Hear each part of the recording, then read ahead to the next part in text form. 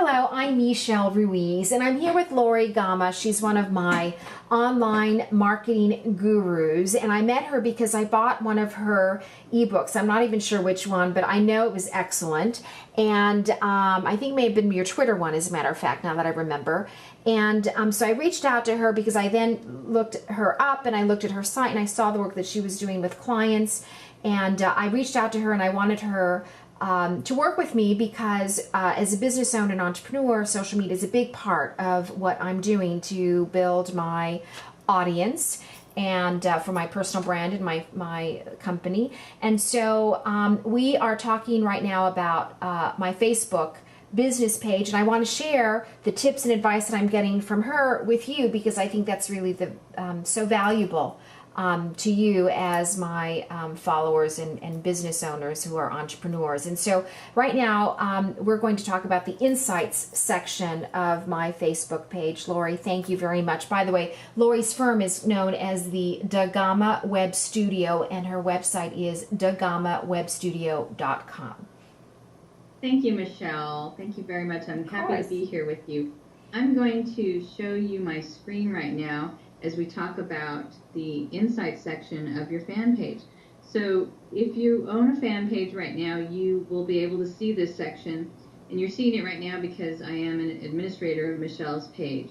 So you click on View Insights. So the key is that you can only see it if you're an administrator unless you allow other people to see it. Exactly. Mm-hmm.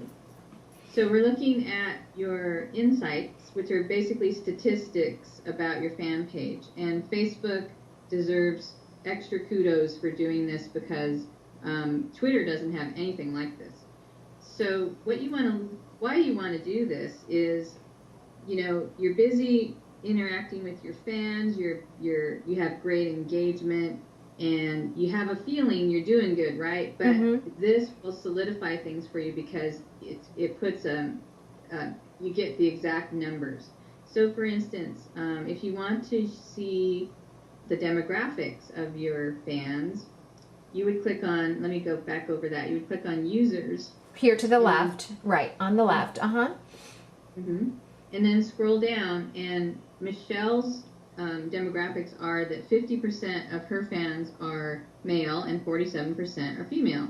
But not only that, we can see these age ranges, and how we can make use of that information is when she wants to run a Facebook ad in the future, we can take a look at this information and we can see, well, maybe she wants to target more people in this age range, or perhaps more females, or just keep that balance going. So as you know, monitoring your statistics on your fan page and as well as your website is really important because you do get some information that's really juicy.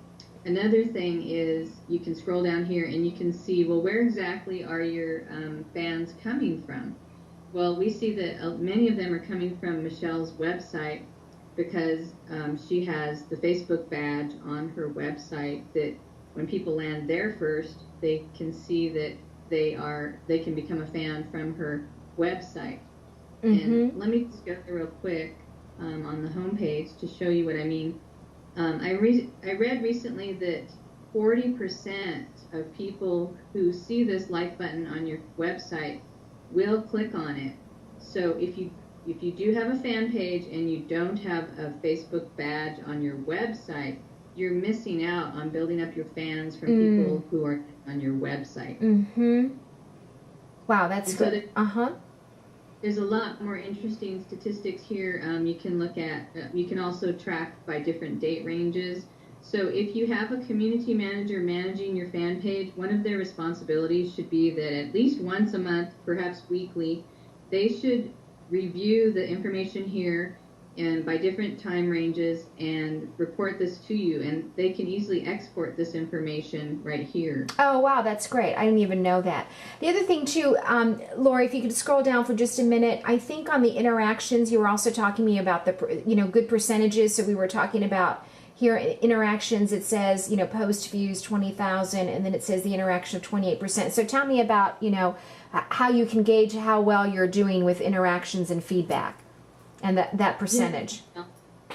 Yes. in this time range of the past week, and I'm looking right here, that's how I know what date range this is. Mm-hmm. We can see that over 20,000 of your posts were potentially seen. And you can, if you forget what that is, you can hover over the question mark, and Facebook tells you this is the number of times people, fans and non-fans, have viewed a newsfeed story posted by your page. And it gives you and then the post feedback, which for you is up 29% over the previous week. This is the actual number of likes and comments made on your posts. So this is the one that is about interaction. So if you've increased it by 29% over last week, that's excellent. Because your whole idea is, engagement and growing that interaction. So Lori, so just to give us an idea then, so under a certain percentage we want to definitely work on improving, and what do you consider good and what do you consider excellent? Yes, double digits is always good, and if you're at above 20%, especially on the post feedback, you're doing awesome. If you're down around 5%, 10% post feedback, you can see that you need to do some improvements, and that's a whole other topic we can talk about. But I did want to make sure I made people understand that the idea of the engagement, really, it's just about getting to know one another. Because when people get to know you and come to like you, then they're going to end up doing business with you, because by that point you're trustworthy to them. Mm-hmm. You've built up a trust relationship with them because they've gotten to know you through your social media. Exactly. Mm-hmm. Mm-hmm. Excellent.